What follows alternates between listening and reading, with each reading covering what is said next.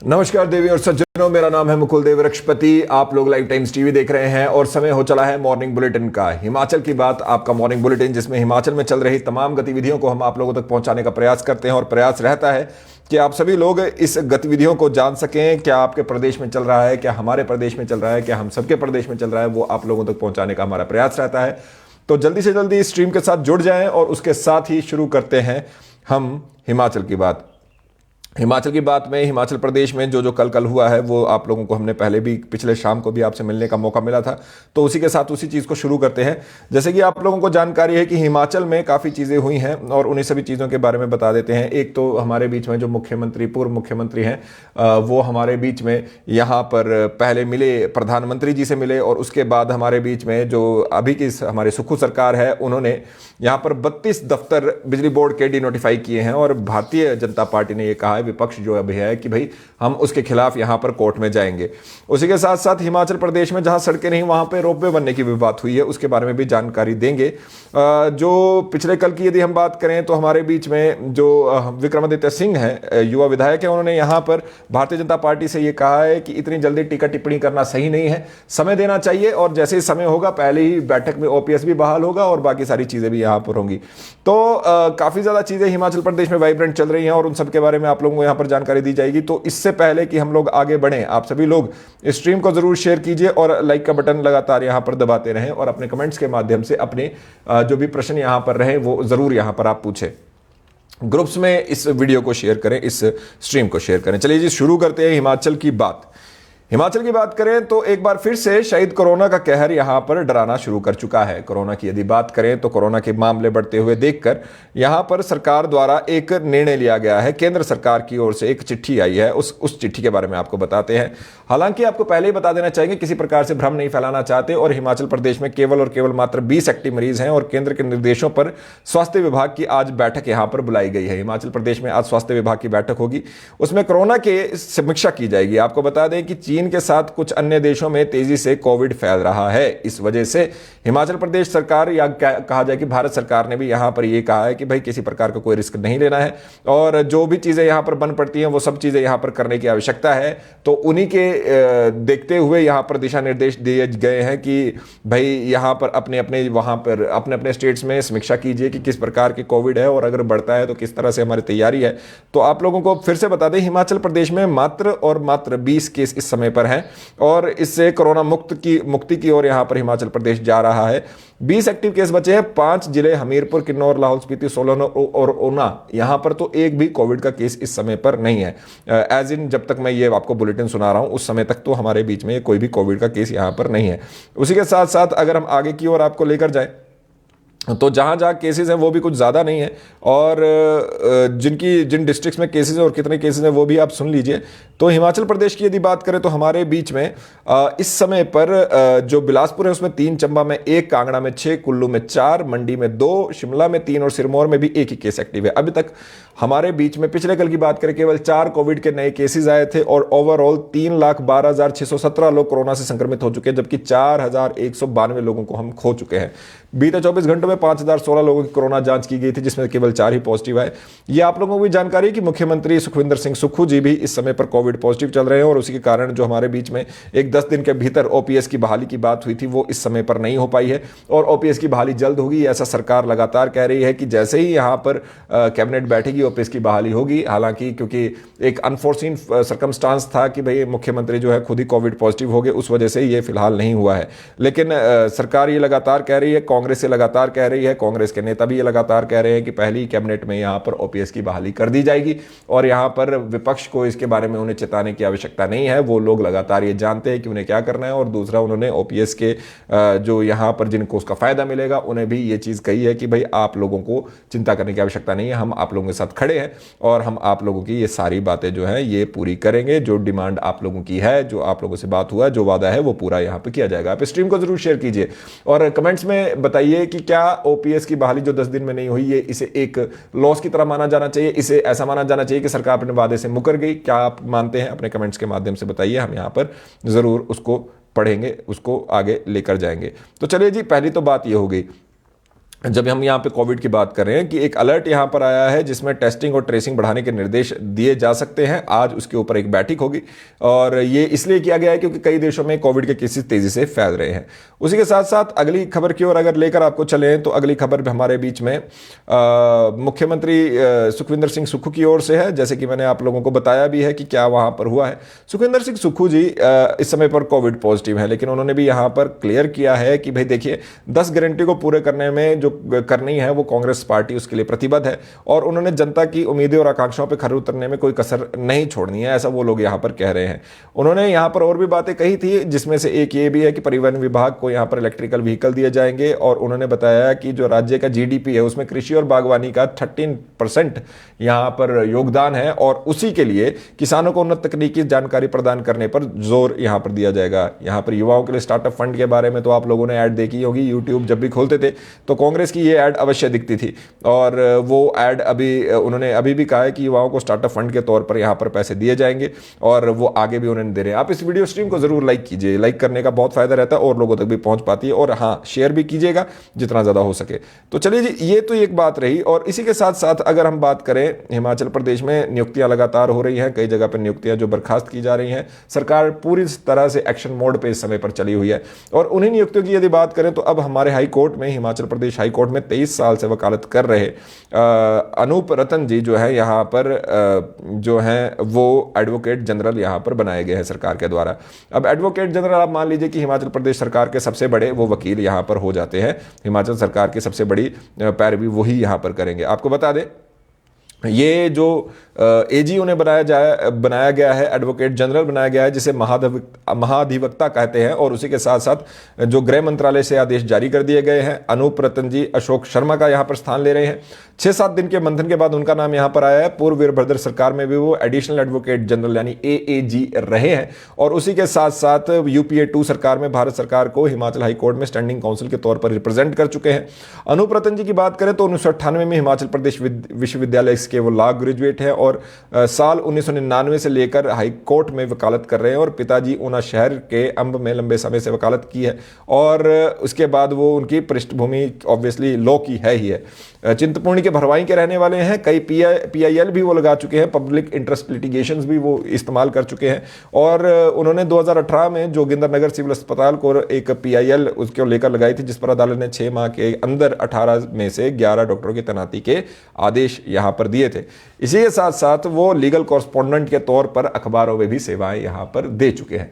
तो यहाँ पर आप लोगों को ये जो जानकारी है वो यहाँ पर नए जो बच्चे हैं, खासकर अगर जो एग्जामिनेशन वाले बच्चे हैं उन लोगों के लिए ठीक है ये, क्योंकि कौन बना है वो उनको पता होना चाहिए। तो एग्जामिनेशन में अगर क्वेश्चन पूछा जाए आप लोगों की भी तैयारी हो जाएगी और आप लोगों को ये ऐसे भी पता होना चाहिए। इसी के साथ साथ आप लोगों को अगली खबर की ओर भी लेकर यहाँ पर जाते हैं। जो महत्वपूर्ण खबरें हैं उनके बारे में भी आप लोगों को बताते हैं। जो हिमाचल प्रदेश की यदि बात करें तो जो एक कुछ महत्वपूर्ण खबरें जो आप लोगों को कल भी मैंने बताई थी।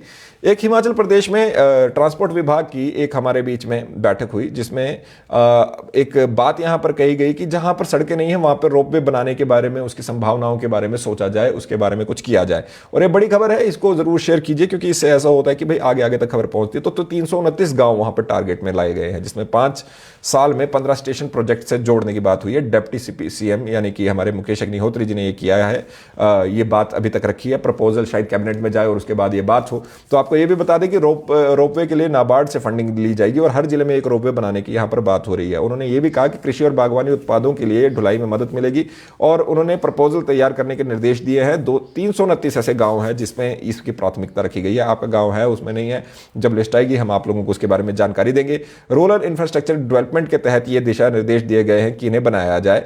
धार्मिक पर्यटन से भी ये जोड़े जा सकते हैं और 5 साल में 1546 करोड़ रुपए की लागत से 15 स्टेशनों को रोपवे से जोड़ने का लक्ष्य तय किया गया है। और इसी के साथ शहरी रोपवे परियोजना विश्व की अपनी तरह की दूसरी और भारत में अपनी तरह की पहली परियोजना होगी और इसमें जो सरकार है धर्मशाला और मनाली के लिए भी इसी तरह की सरकारी रोपवे परियोजना को डेवलप करने की योजना यहां पर बना रही है। फिर से बता दें कि इससे उनका कहना है कि भाई देखिए 1546 करोड़ रुपए खर्च करके हम हर जिले में कम से कम एक रोपवे नया तो अवश्य बनाएंगे। तो देखते हैं कब तक क्या होता है क्या नहीं होता है। आप लोगों के कमेंट्स में एकदम जैसे ही जो ये बुलेटिन है उसकी शुरुआती चीज़ें खत्म होती हैं उसके बाद आपको बताता हूँ, आपके कमेंट्स भी लेते हैं।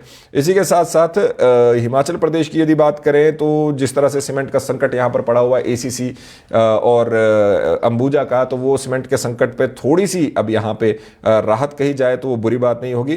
तो हमारे बीच में सरकारी गोदाम में 1200 मैट्रिक टन जो है सीमेंट पहुंचा हुआ है। इसमें आपको बता दें कि जो ये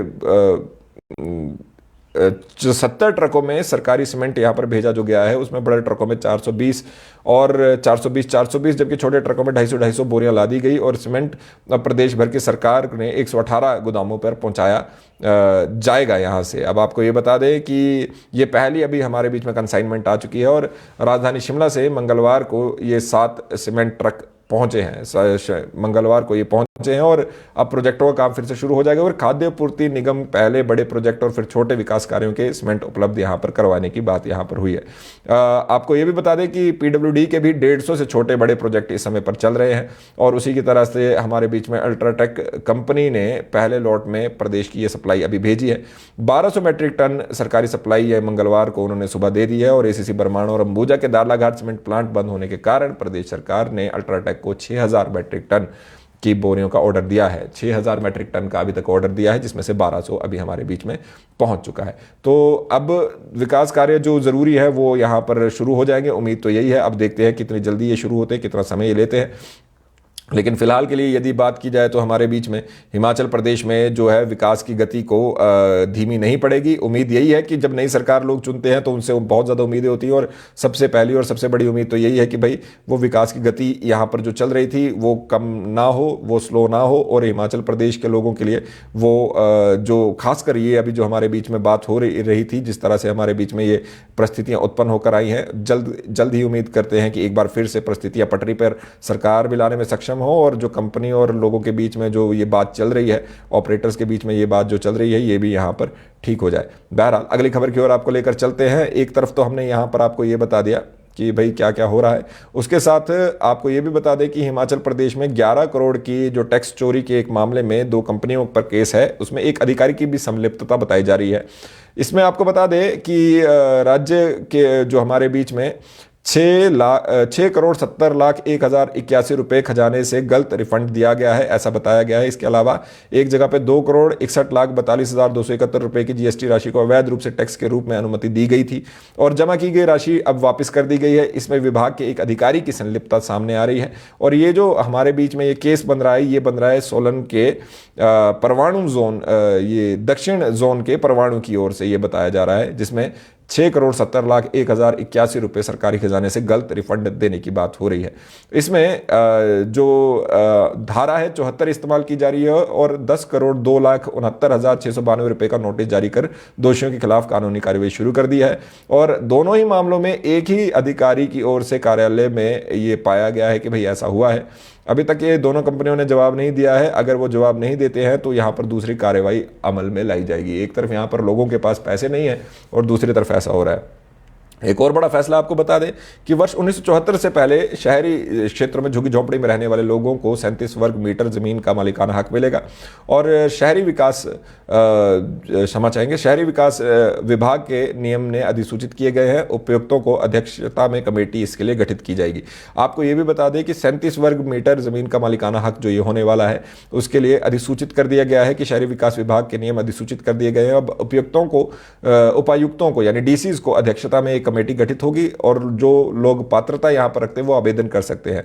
अगर कोई ज्यादा जमीन किसी ने कब्जाई है तो उसे सरकार वापस ले लेगी और गरीबी रेखा से नीचे यानी बीपीएल के रहने वाले परिवारों और आर्थिक रूप से कमजोर वर्गों जिनकी सालाना आय, आर्थिक रूप से कमजोर का मतलब है कि जिनकी सालाना आय 3 लाख से कम होगी, उन्हें यह अधिकार मिलेगा। और कमेटी जो है स्लम एरिया यहां पर तय करेगी और नियमों के मुताबिक बिजली, पानी और सैनिटाइजेशन आदि की व्यवस्था देखी जाएगी और सरकार के इस फैसले से बहुत से लोगों का यहां पर बहुत फायदा होने वाला है। अब देखते हैं कि इसके बीच में कोई वैसा ही नहीं आ जाए जैसे कि कर चोरी के बीच में यहाँ पर कोई अधिकारी संलिप्त पाया गया था। तो उम्मीद करते हैं कि ये भी ठीक से हो पाए और जो गरीब लोग हैं उन लोगों को यहाँ पर जो फ़ायदा मिलना चाहिए वो फ़ायदा उसको उन्हें वैसे ही मिले जैसे वो मिलना चाहिए। चलिए जी, अब आपके यहाँ पर आ जाते हैं कमेंट्स पर। और कमेंट से पहले फिर से मैं आपसे उम्मीद करूंगा, आशा करूंगा और आपसे चाहूंगा कि आप स्ट्रीम को जितना ज़्यादा हो सके शेयर करें। और उसके बाद आपके कमेंट्स से पहले पहले मैं यहाँ पर बता देना चाहता हूँ कि एक बार ये सार जरूर पढ़ेंगे। सतीश जी गुड मॉर्निंग है, रमन जी गुड मॉर्निंग है, अमर जी गुड मॉर्निंग है, अमित जी लगातार ही यहाँ पर अपडेट मांग रहे JOIT की, इसकी अपडेट जरूर लेंगे जी। सुरेंद्र जी गुड मॉर्निंग है, पक्का लेंगे जी। HR महंत जी नो वर्क नो पे लागू हो, यहाँ पर ये भी आप सही कह रहे हैं, नो वर्क नो पे तो ऑलरेडी हमारे बीच में लागू ही है, इसमें क्या। विजय इंस्पेक्टर जी आपको भी नमस्कार है जी, गुड मॉर्निंग है सभी को। SP जी आपको भी नमस्कार है, गुड मॉर्निंग है, जय श्री राम है सबको। चलिए जी, इसके साथ साथ आप लोगों को एक बार फिर से बता देते हैं, हिमाचल प्रदेश में एक बार फिर से कोविड को लेकर यहां पर अलर्ट जारी किया गया है। आज उसकी बैठक होगी। सैंपलिंग साइज यहां पर बढ़ाने की बात हुई है, ये इसलिए किया गया है, हालांकि हिमाचल प्रदेश में केवल 20 ही एक्टिव मरीज है, लेकिन ये इसलिए किया गया है क्योंकि केंद्र की ओर से निर्देशों पर स्वास्थ्य विभाग की आज यहां पर बैठक बुलाई गई है। CM सुखविंदर सिंह सुक्खू ने कहा है कि बेशक वो अभी कोविड पॉजिटिव है, लेकिन पहली कैबिनेट में यहां पर OPS की बहाली कर दी जाएगी और जितने भी उनकी 10 गारंटियां हैं उन्हें वो जल्द ही यहां पर लागू करेंगे। इसी के साथ साथ हिमाचल प्रदेश को नए हमारे बीच में एडवोकेट जनरल मिले हैं, 23 साल से वकालत कर रहे हैं, CM सुक्खू के करीबी माने जाते हैं और नाम है उनका एडवोकेट अनूप रतन जी। इसके बाद हिमाचल प्रदेश में जहां पर सड़कें नहीं है वहां पर रोपवे बनाने की बात हो रही है और यहां पर 329 गांवों को टारगेट किया गया है। 5 साल में 15 बड़े प्रोजेक्ट यहां पर बनाए जाएंगे। इसके साथ साथ हिमाचल प्रदेश में पहली अल्ट्राटेक्समेंट की यहां पर जो अल्ट्राटेक्समेंट ने अपना पहला जो है कंसाइनमेंट भेजा है और 1200 मैट्रिक टन सीमेंट यहां पर पहुंच चुका है। और इसी के साथ साथ आपको यह भी बता दें कि अभी 6000 मैट्रिक टन जो है यहां पर डिमांड यहां पर भेजी गई है। हिमाचल प्रदेश में 1974 से जो यहां पर शहरी क्षेत्रों में झुग्गी झोपड़ी में रहने वाले लोग हैं उन्हें 37 वर्ग मीटर जमीन का मालिकाना हक यहां पर मिलने की बात हुई है। कमेटी गठित की जाएगी और उसके बाद वो लोग आवेदन यहां पर कर सकते हैं। और उसी के साथ चलते चलते हिमाचल प्रदेश में परवाणु में 11 करोड़ की टैक्स चोरी की 2 कंपनियों पर केस हुआ है। एक अधिकारी की संलिप्तता भी यहां पर पाई जा रही है। तो ये थे आज के मॉर्निंग बुलेटिन। आप सभी लोग जो यहां पर जुड़े, आप सभी लोगों को यहां पर जुड़ने के लिए बहुत बहुत धन्यवाद। इस स्ट्रीम को जितना ज्यादा हो सके शेयर अवश्य करें, लाइक अवश्य करें, कमेंट अवश्य करें। आपके कमेंट्स में यहां पर हालांकि पढ़ चुका हूं, कोई नया आता है तो मैं उसे जरूर देख लूंगा। और इसी के साथ अब मुझे इजाजत दें यहां से जाने की। आप सभी लोगों से फिर से अनुरोध रहेगा, स्ट्रीम को जरूर शेयर करें और लाइक का बटन जरूर दबाते रहें। देखते रहे लाइव टाइम्स टीवी। मेरा नाम है मुकुल देव वृक्षपति। आप मुझे फेसबुक, इंस्टाग्राम, ट्विटर पर फॉलो कर सकते हैं। जय हिंद, जय भारत, जय हिमाचल।